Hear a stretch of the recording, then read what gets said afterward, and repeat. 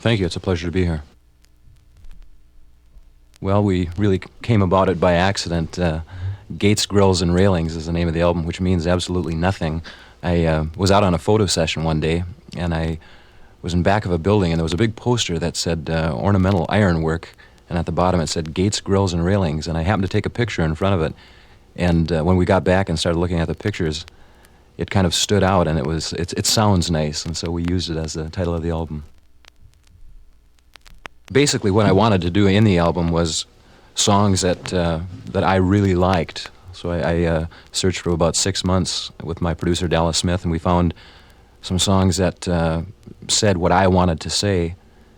And hopefully, after listening to the album, the people will be able to get to know me a little bit better, as well as the songs that I sing. Well, it's very important to stay up with the times and to know what's happening. If I were to just go into the studio and record and then go back home and do my own thing, you kind of lose contact with the public, and it's important to stay with them. When I go out on personal appearances, I try to mix with the people and talk to them as much as possible, and it's amazing some of the profound things that they're saying. Well, actually, I would say that the music today is a reflection of the youth. People are singing songs and saying things that the youth are saying. The Beatles had a song, "All We Need Is Love," and "Peace, Brother, Peace," Bill Medley. The kids are talking about these things, and this is what they want to hear. And it all kind of revolves around self-expression, I think. People want to express themselves. You can tell in the way people are dressing nowadays. Young people are wearing, funky clothes and the long hair. And the beautiful thing is that people don't really care what you look like. It's getting to that point, especially among the young people. They don't care what other people look like. Everybody kind of does their own thing, and the only important thing is what's going on inside your head. Well, I think that's what life is all about, really. I do a little bit of songwriting, and it took me a while to realize that you can't contrive songs. You can't put other people's songs down or their thoughts because you think it might be commercial. What I do when I write a song is just write something that pleases me, and try to tell the story my own way. And then if I'm pleased with the song, maybe other people will be too. Well, there's one cut that was written by John Sebastian called "Younger Generation." It talks about a person. He asks the question, why must every generation think that folks are square? And no matter where their heads are, they know moms ain't there. Which is really very true when you think about it. I always felt when I was growing up that there were certain things that my folks just didn't understand. And it kind of gets back to the communications thing. Maybe they didn't try to understand as much as I wanted, and maybe I didn't try to understand them as much as I should have. For a long time, people have been kind of copping out to the generation gap and saying, well, the moms and dads can't understand their little boys and girls because there's too many years in between. But I think it's really a little bit broader than that. I think that it's more of a problem between people in general, not being able to understand each other and not wanting to extend themselves and trying to understand each other. Spanky and our gang had a song out last year that said a lot. And part of the lyric said, we've got to learn to give a damn about our fellow man, which when you get right down to it is the all-important thing.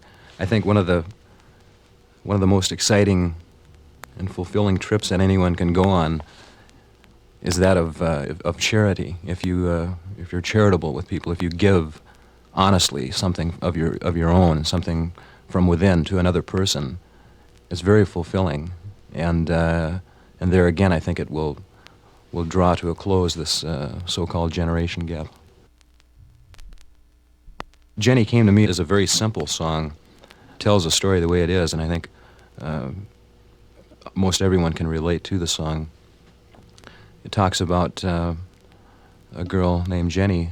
Jenny came to me when I really didn't have anything. We were both wandering and looking for something, and which is the case with a lot of young people. They don't have anything to hang on to really get into. And probably the most honest relationship is when people are really down and out, and they're drawn together. and they're very honest with each other. The Passing of a Friend is kind of a deep song. I think it might be the sleeper of the album. People don't really react to it on the first hearing, but actually what is happening in the song, the guy is looking in a mirror, and he's talking about himself.